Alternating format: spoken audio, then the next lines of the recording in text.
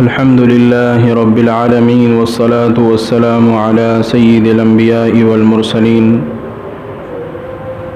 وعلى آله وأصحابه أجمعين.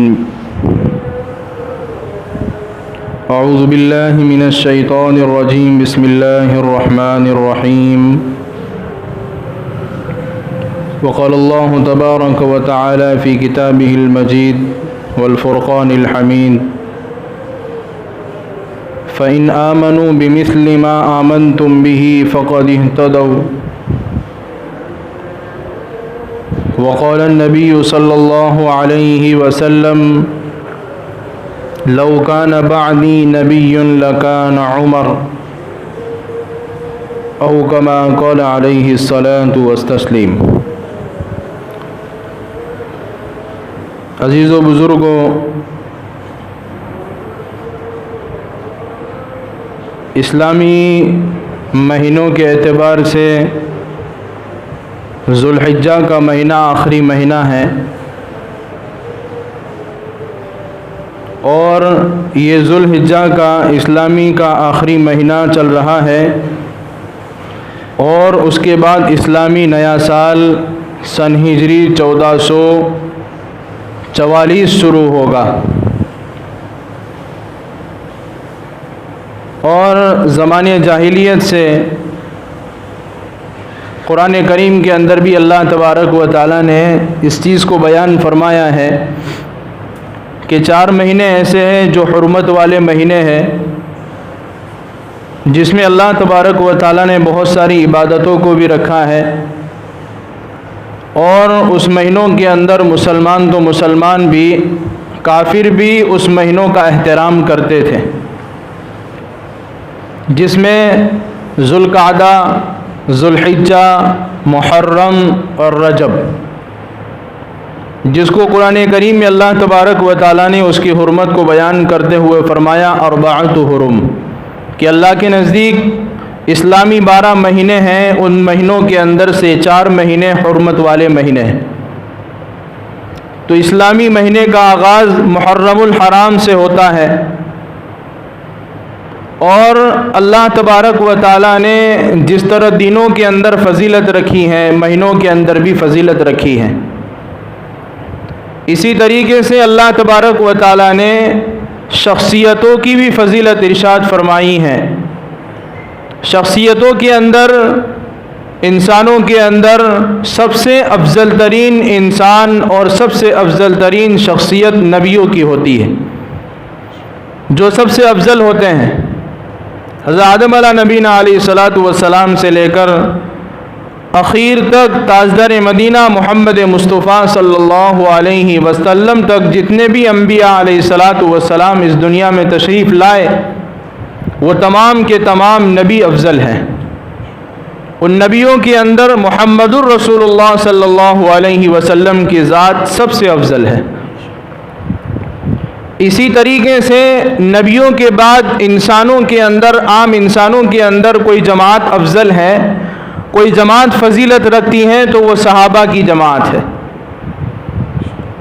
کہ جنہوں نے اپنی آنکھوں سے اللہ کے نبی علیہ الصلاۃ والسلام کا دیدار کیا، جنہوں نے اپنی آنکھوں سے قرآن کریم کو اترتے ہوئے دیکھا، جنہوں نے اللہ کے نبی علیہ الصلاۃ والسلام کی زبان مبارک سے مکمل طور پر دین اور قرآن کو سیکھا. اور اللہ کے نبی علیہ الصلاۃ والسلام نے ایک ایک صحابی کی فضیلت اپنی زبان مبارک سے ارشاد فرمائی ہے. اور ایسا نہیں ہے کہ ہر صحابی کی ایک ہی فضیلت ہو اور ہر ایک ہی لائن میں کھڑے ہیں. ہر صحابی ایک دوسرے سے افضل ہیں، ہر صحابی کی فضیلت ایک دوسرے پر فوقیت لے جاتی ہیں، جس کو ہماری زبان میں کہتے ہیں کہ ہر پھول کی خوشبو الگ ہے. ابو بکر کی فضیلت جہاں اور ہے، حضرت عمر کی فضیلت جہاں اور ہے، حضرت عثمان، حضرت علی، حضرت حسن، حضرت حسین، حضرت حمزہ، حضرت عبد الرحمن بن عوف، حضرت عبداللہ ابن زبیر، ایک ایک صحابی کا نام لیتے جائیے، اللہ کے نبی علیہ الصلاۃ والسلام نے ہر صحابی کی فضیلت اپنی زبان سے ارشاد فرمائی، جو حدیث کی کتابوں میں موجود ہیں۔ ہم کو محرم الحرام کے اندر صرف اتنا معلوم ہے کہ 10 محرم الحرام حضرت حسین رضی اللہ تعالی عنہ حضرت حسین رضی اللہ تعالی عنہ کی شہادت ہوئی، اور ضرور ہوئی ہے۔ اس کا تذکرہ کرنا ہمارے ایمان کا حصہ ہے، ہمارے ایمان کا جزو ہے، لیکن عزیز و بزرگوں ہمیں یہ بھی معلوم ہونا چاہیے کہ 10 محرم الحرام سے پہلے بھی ایک صحابی کی شہادت ہوتی ہے، اور وہ ہمیں معلوم نہیں ہے۔ زیادہ تر بہت سارے لوگوں کو اس صحابی کی شہادت معلوم نہیں ہے۔ ہمیں ہر صحابی کے بارے میں علم ہونا چاہیے کہ ان کی زندگی کیا تھی، کیونکہ صحابہ رضی اللہ تعالیٰ عنہ کی جماعت ہم سب کے لیے نمونہ ہے، ہم سب کے لیے رہبر ہے ان کی زندگی۔ اسی لیے اللہ کے نبی علیہ الصلاۃ والسلام نے اپنی زبان سے یہ بات ارشاد فرمائی تھی، اصحابی کالنجوم بأیہم اقتدیتم اہتدیتم، میرے صحابہ ستاروں کے مانند ہیں، جس کی بھی اقتدا کرو گے کامیاب ہو جاؤ گے، راہ راست پالو گے۔ اور اللہ کے نبی علیہ الصلاۃ والسلام صحابہ کے بارے میں ان کی فضیلت کو ارشاد فرماتے ہیں، ان کی فضیلت بتاتی ہوئے یہ بات ارشاد فرماتے ہیں، لا تسبوا اصحابی، میرے صحابہ کو گالیاں مت دو، میرے صحابہ کو برا بھلا مت کہو۔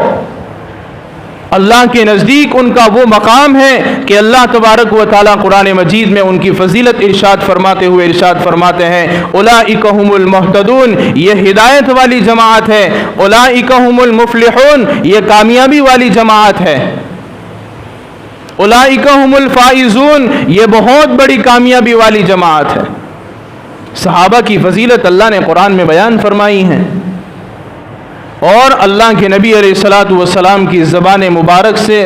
تمام صحابہ کی فضیلت اللہ کے نبی علیہ الصلاۃ والسلام ارشاد فرما چکے ہیں۔ تو وہ عزیز و بزرگوں، یکم محرم الحرام، محرم الحرام کی پہلی تاریخ کو ایک صحابی رضی اللہ تعالیٰ عنہ کی شہادت ہوئی ہے۔ وہ کون صحابی ہیں؟ وہ اللہ کے نبی علیہ الصلاۃ والسلام کے بڑے معزز بڑے فضیلت والے صحابی، جن کو اللہ کے نبی علیہ الصلاۃ والسلام نے اپنے پاس بلایا تھا اور یوں کہا تھا کہ اگر میرے بعد کوئی نبی ہوتا تو حضرت عمر نبی ہوتے۔ یکم محرم الحرام کو حضرت عمر رضی اللہ تعالیٰ عنہ کی شہادت کا واقعہ پیش آیا ہے۔ حضرت عمر رضی اللہ تعالیٰ عنہ محرم الحرام کی پہلی تاریخ کو شہید ہوئے۔ تو اس مناسبت سے میں آپ حضرات کے سامنے حضرت عمر رضی اللہ تعالیٰ عنہ کی زندگی، آپ کے حالات، اس کا تذکرہ کرتا جاؤں گا کہ اللہ کرے کہ ان صحابہ کی زندگی کے مطابق ہم بھی زندگی گزارنے والے بن جاویں، تاکہ میری اور آپ کی زندگی دنیا کی بھی اور آخرت کی کامیاب ہو جاوے، اور ہم سب جس طرح صحابہ جنت میں داخل ہوئے ان کے پیچھے پیچھے ہم بھی جنت میں داخل ہو جاویں۔ حضرت عمر رضی اللہ تعالیٰ عنہ یہ وہ صحابی ہیں جب ایمان نہیں لائے تھے، بچپن سے ان کی زندگی کے اندر ان کا نام عمر ہے، ان کے والد کا نام خطاب ہے۔ بچپن سے ان کو بہادری کا بڑا شوق تھا، گھوڑ سواری کا بہت بڑا شوق تھا، اور یوں بتایا جاتا ہے کہ عرفات کے میدان کے پاس ایک دوسرا میدان ہے عکاظ کر کے، سال میں ایک مرتبہ مکۃ المکرمہ کے اندر عرس لگتا تھا، بہت بڑا میلہ لگتا تھا، اور اس میدان کے اندر بڑے بڑے پہلوان، بڑے بڑے طاقتور آدمی، بڑے بڑے جو ہے اتنے بڑے طاقتور آدمی میدان میں آتے تھے اور اپنا جوہر دکھاتے تھے،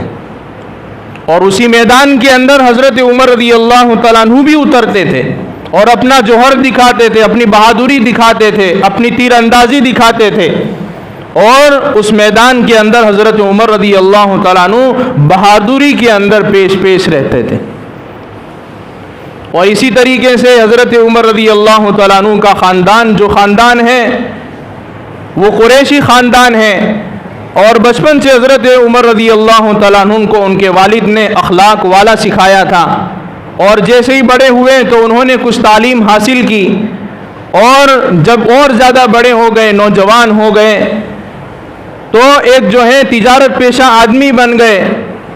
اور ملکوں کے اندر جو ہے سفر کرتے تھے تجارت کی غرض سے، اور یوں سمجھیے کہ بہت بڑے بزنس مین تھے حضرت عمر رضی اللہ تعالیٰ عنہ۔ دوسرے ملکوں سے مال کو خرید کر لاتے تھے اور مدینۃ المنورہ کے اندر بیچتے تھے، مکۃ المکرمہ کے اندر بیچتے تھے۔ اب جیسے جیسے بڑے ہوتے گئے اور ان کو یہ پتہ چلا کہ ایک نبی آئے ہیں اور نبوت کا دعویٰ کرتے ہیں، اللہ کے نبی ہونے کا دعویٰ کرتے ہیں، اور اس بات کا دعویٰ کرتے ہیں کہ ان کے اوپر کتاب اتاری گئی ہے، ان کو اللہ تبارک و تعالیٰ نے نبوت کا تاج ان کے کندھے پر ڈالا ہے، اور ایک نئے مذہب کی وہ دعوت دیتے ہیں۔ حالانکہ پہلے جن چیزوں کی دعوت چلتی تھی وہ تمام معبودان باطلہ کی عبادت چلتی تھی، کھانے کا معبود الگ ہے، اسی طریقے سے بارش کا ان کا معبود الگ ہے، تکلیف اور رنج اور غم کو دور کرنے کا معبود الگ ہے، اور ان تمام معبودوں کے مقابلے میں اللہ کے نبی علیہ الصلوۃ والسلام جو دعوت دیتے تھے وہ ایک اللہ کی عبادت کی دعوت دیتے تھے۔ تو بعض لوگوں کو یہ بات ہضم ہوئی، بعض لوگوں کو یہ بات ہضم نہیں ہوئی۔ جن کو یہ بات ہضم ہوتی تھی وہ ایمان میں داخل ہو جاتا تھا، اسلام میں داخل ہو جاتا تھا، اور کسی کو یہ بات نہیں سمجھ میں آتی تھی تو اللہ کے نبی علیہ الصلوۃ والسلام کے انکار کر بیٹھتا، کافر بن جاتا، منافق بن جاتا۔ حضرت عمر رضی اللہ تعالیٰ عنہ بھی اپنے قبیلے کے اندر لوگوں کو دیکھا کہ ہمارے قبیلے کے کچھ لوگ جو ہیں ایمان لے آئے ہیں، ان سے ناراض ہو گئے، ان سے دور رہنے لگے، ان سے نفرت کرنے لگے، ان سے دشمنی کر لی، اور دھیمے دھیمے جو ہے اسلام کی دشمنی حضرت عمر رضی اللہ تعالیٰ عنہ کے دل کے اندر غر کر گئی، اور اسلام سے دشمنی رکھنے لگے، اور پھر شیطان نے ان کے دل کے اندر، یہ دیکھو اللہ تبارک و تعالیٰ کی طرف سے ان کے اسلام لانے کا نظام چل رہا ہے۔ حضرت عمر رضی اللہ تعالیٰ عنہ کے دل میں خیال آتا ہے کہ جو آدمی اسلام کی دعوت دے رہا ہے اس کا قصہ ہی جڑ سے ختم کر دو تو اسلام پھیلے گا ہی نہیں۔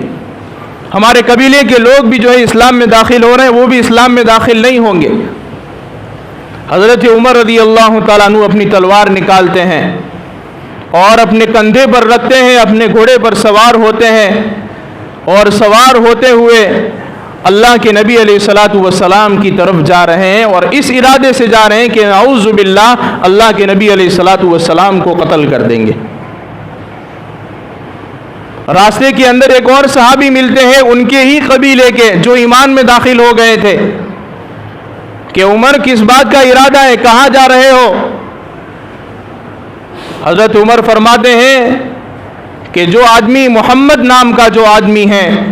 وہ ایمان لوگوں کو ایمان میں داخل کر رہا ہے، اسلام میں داخل کر رہا ہے، ایک نئے مذہب کی دعوت دے رہا ہے، میں ان کا قصہ جڑ سے ختم کر دوں گا تاکہ اسلام آگے پھیلے ہی نہیں۔ لیکن اللہ تبارک و تعالیٰ کا نظام کچھ اور ہوتا ہے۔ فوراً اس صحابی نے کہا، ان کے قبیلے کے صحابی نے جو ایمان لے آئے تھے،